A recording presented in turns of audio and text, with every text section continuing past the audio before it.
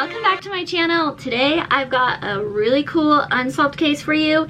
It is the case of Alonzo Brooks, who went missing in Gardner, Kansas after he went to a party. So I hope y'all are ready because we're gonna get it right into it. Are we ready now? Are we ready now? Okay, let's get into it. So, first of all, welcome back to my channel. I hope you guys are ready.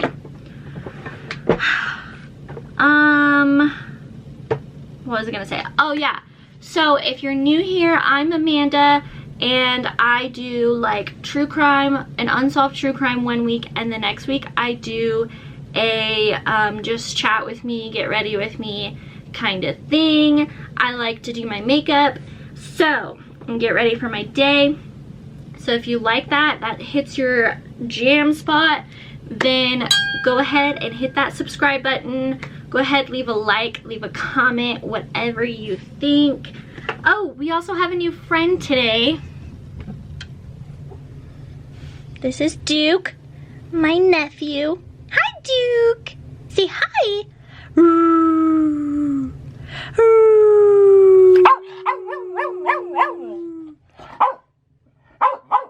Now Hermione's like, wait, what? What's happening? She's like, oh, it's just Duke being annoying now. Okay. Anyway. Alright, off. Good boy. So, a little bit of a backstory. Alonzo Brooks was the youngest of 3 in his family. He had an older brother and a older sister. And they all grew up in Topeka, Kansas, here in the U.S.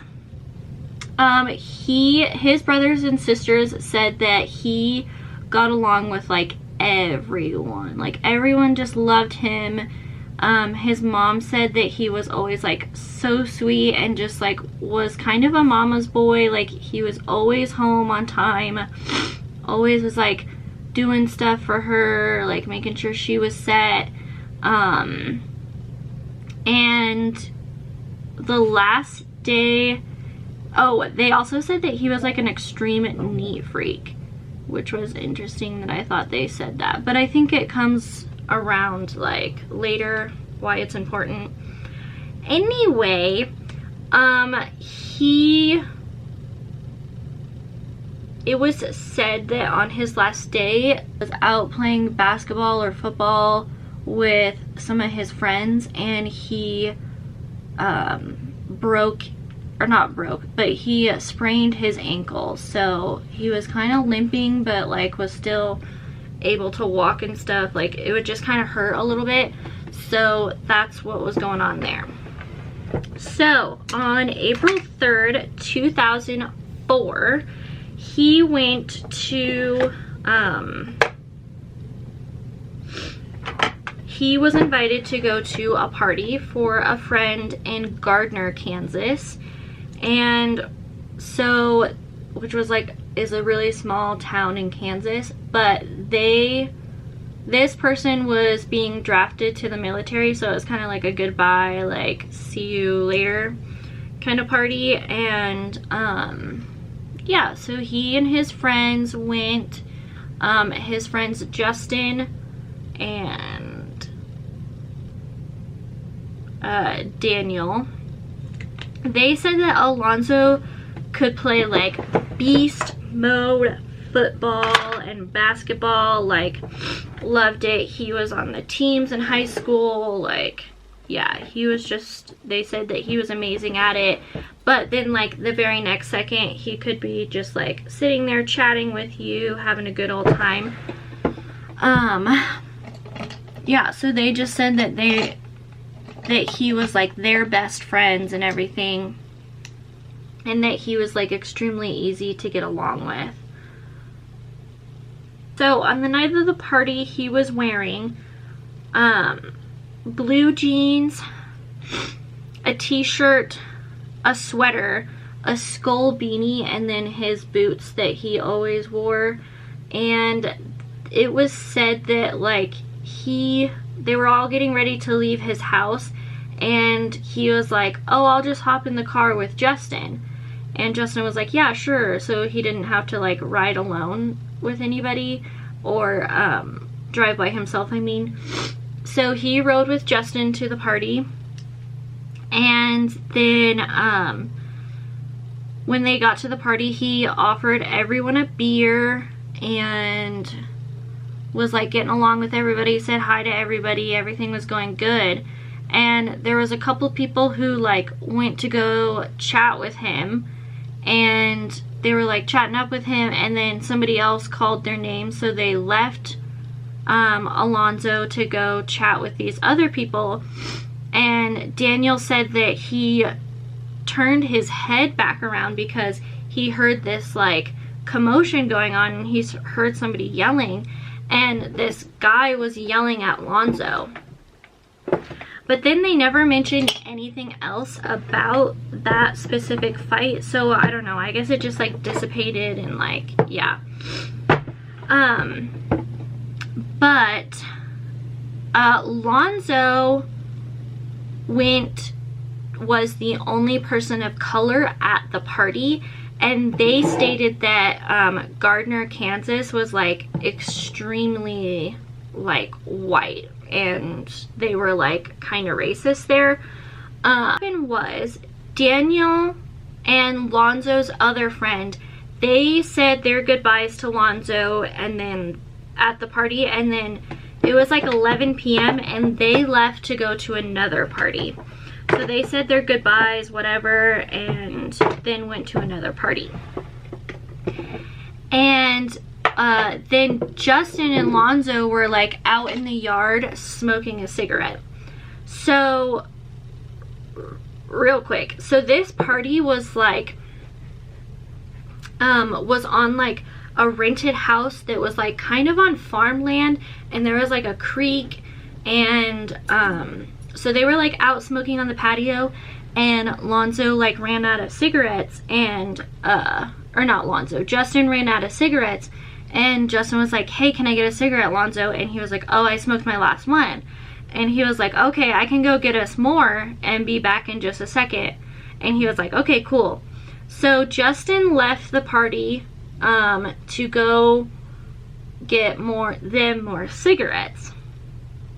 And he was like, he said that he should have taken a right, but he accidentally took a left, and he got like lost out on the farmland, and then got his truck stuck and like all this other jazz. So he called his friend Adam and was like, yo, give my boy Alonzo a ride home, because I'm out here lost and I'm not gonna make it back to the party to take him home. And so Adam was like, yeah, cool, I'll take Alonzo home for you. So the next morning, Maria woke up and she got a call from one of Alonzo's friends and was like, yo, is Alonzo home? And she was like, yeah, I'm sure, let me go check. So she goes to check, and he's not in his room.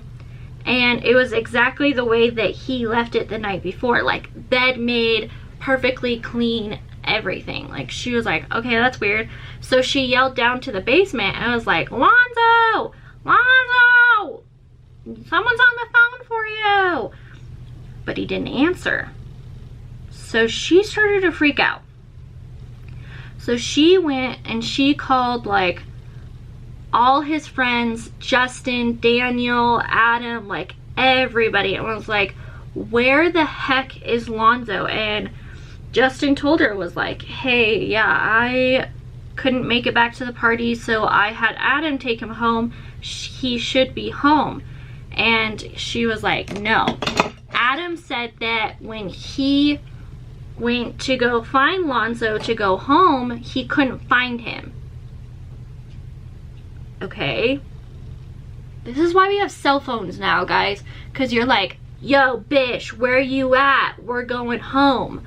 And you look for them then. Not like, oh, I don't know. Can't find him. Guess he's not here anymore. Well, how the hell did he get home? You know? So he starts calling Maria starts calling his family, like his brother and his sisters, and they're like, no, we haven't heard from him. So he calls Maria calls Rodney, and Rodney is his best friend growing up. They were best friends their entire life. So he met Justin in Gardner, Kansas to go look for Alonzo, and they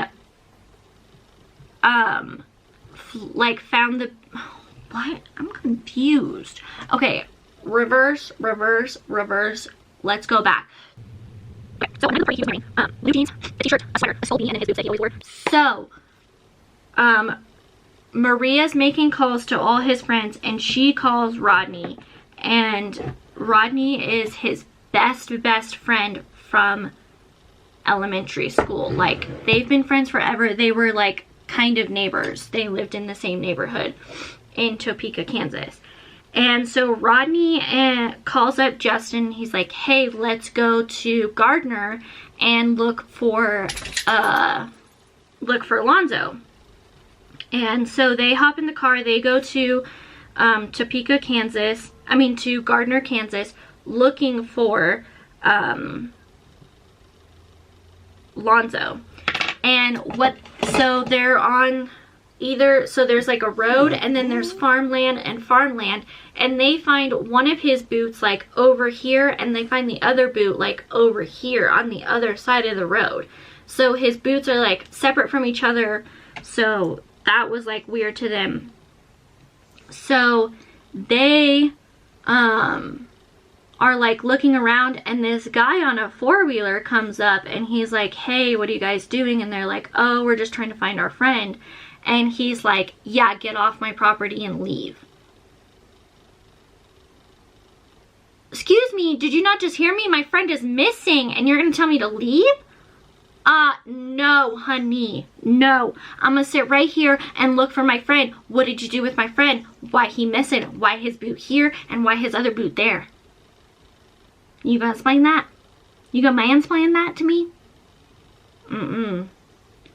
Girl, I'd be fighting some bitches if one of my BFFs went missing. No, sir. So, they find the boots, and Maria tries to put in a missing persons report to the police. And she's like, or the police are like, sorry, you can't. You have to wait 48 hours. And she's like, my son would never go missing. Like, he would never just not come home, so you need to find him. And they said that he probably just like took his boots off when he was really, really drunk and then walked to somebody else's house. And I'm like, hold on, this is farmland. You're trying to tell me he took his boots off of his twisted ankle and walked to someone's house that's probably like, I don't know, a couple miles from where he at? No. There is something sus going on. Sus. Real sus. That's all I'm saying. So, they get a task force after 48 hours to start looking for Alonzo. And this task force is called the KBI, which is the Kansas Bureau of Investigation. And they search this field up and down, and they cannot find Alonzo. They can't find him anywhere. He's not in the creek. He's not in the field somewhere. Like, they cannot find him. And so after like a few weeks goes by, it's like probably mid-April now, they get in contact with a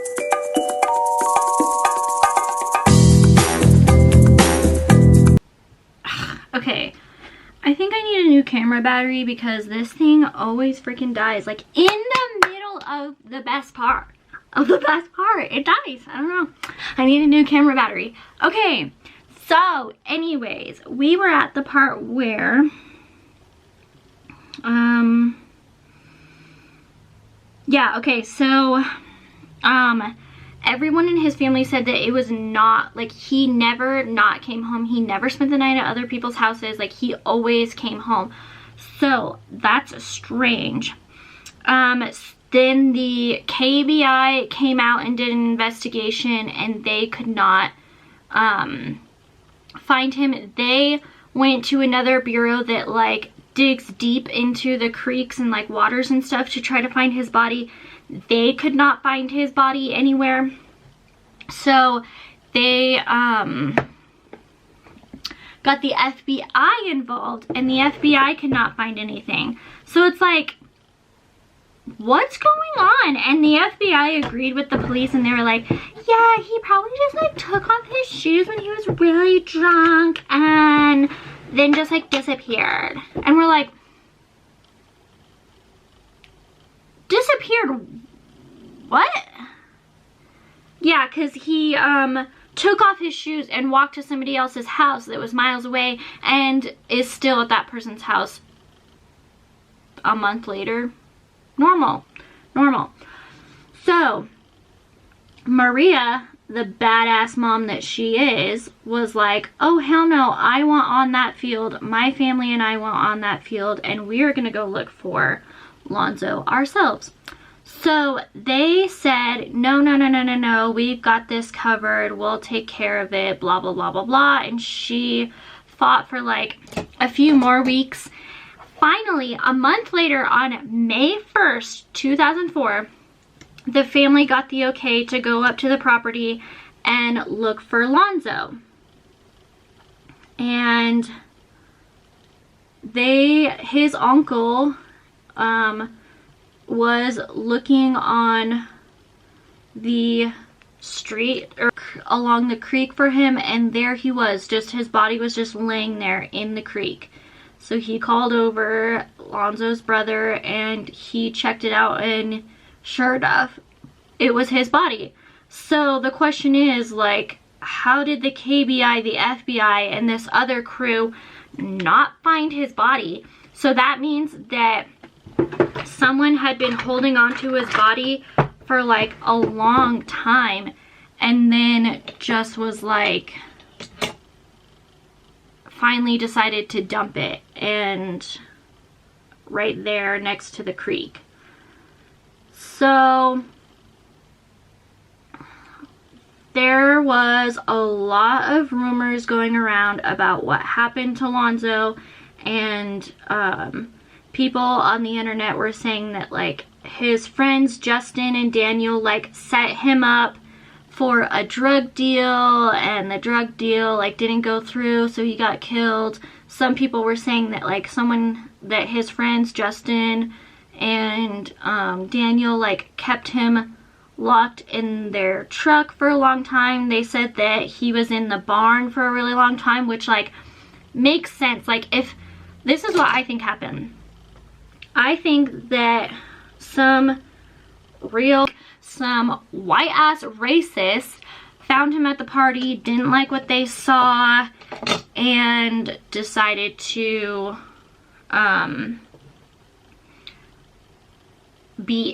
jump him, beat him up, and then they kept his body in the farm for like a really long time.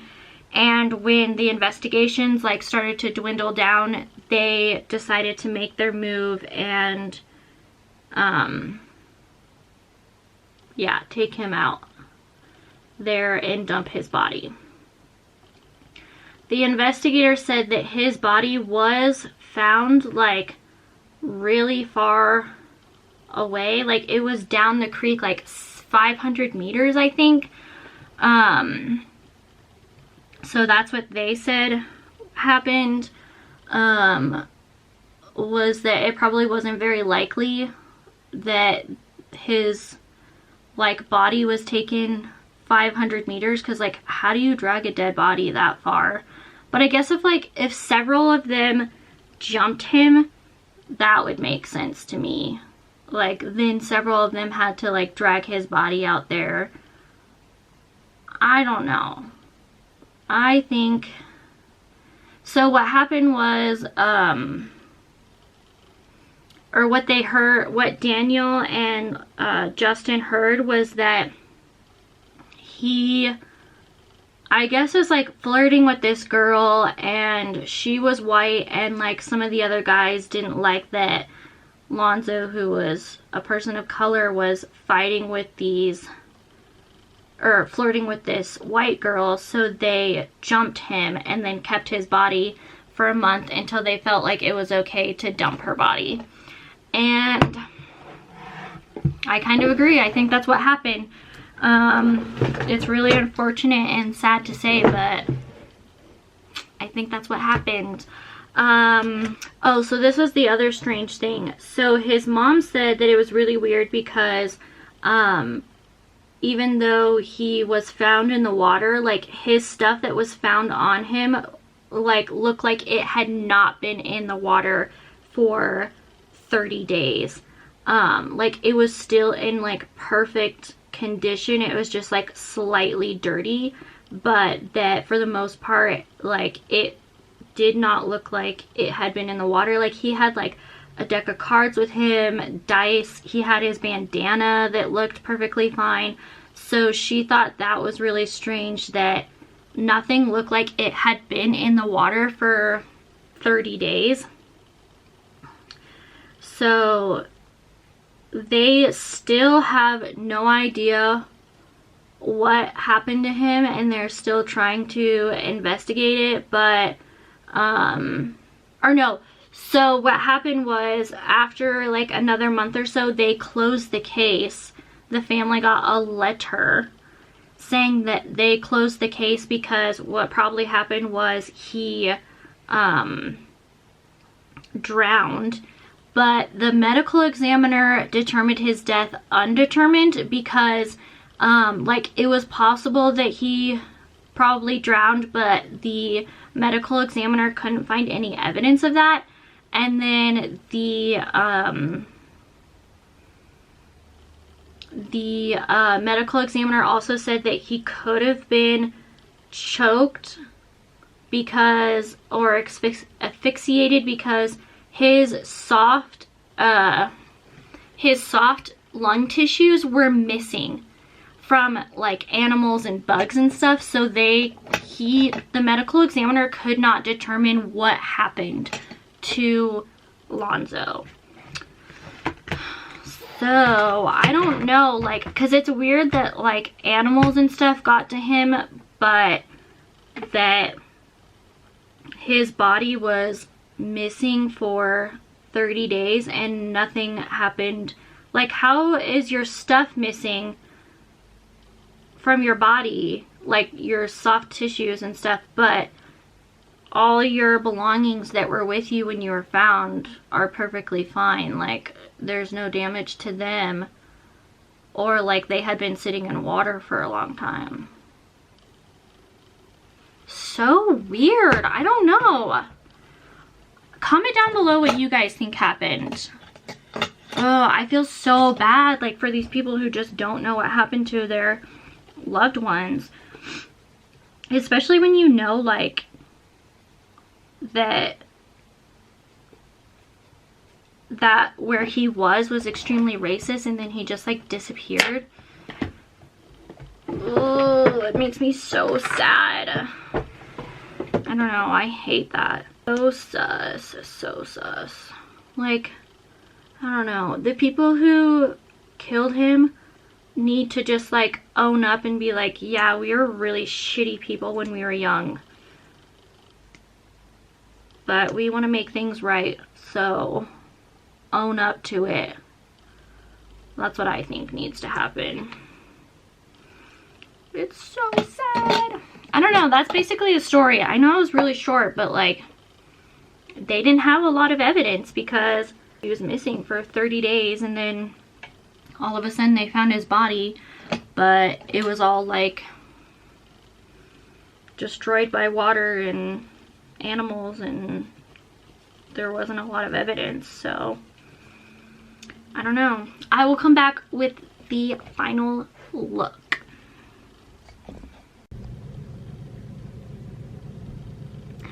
Okay, this is the final look.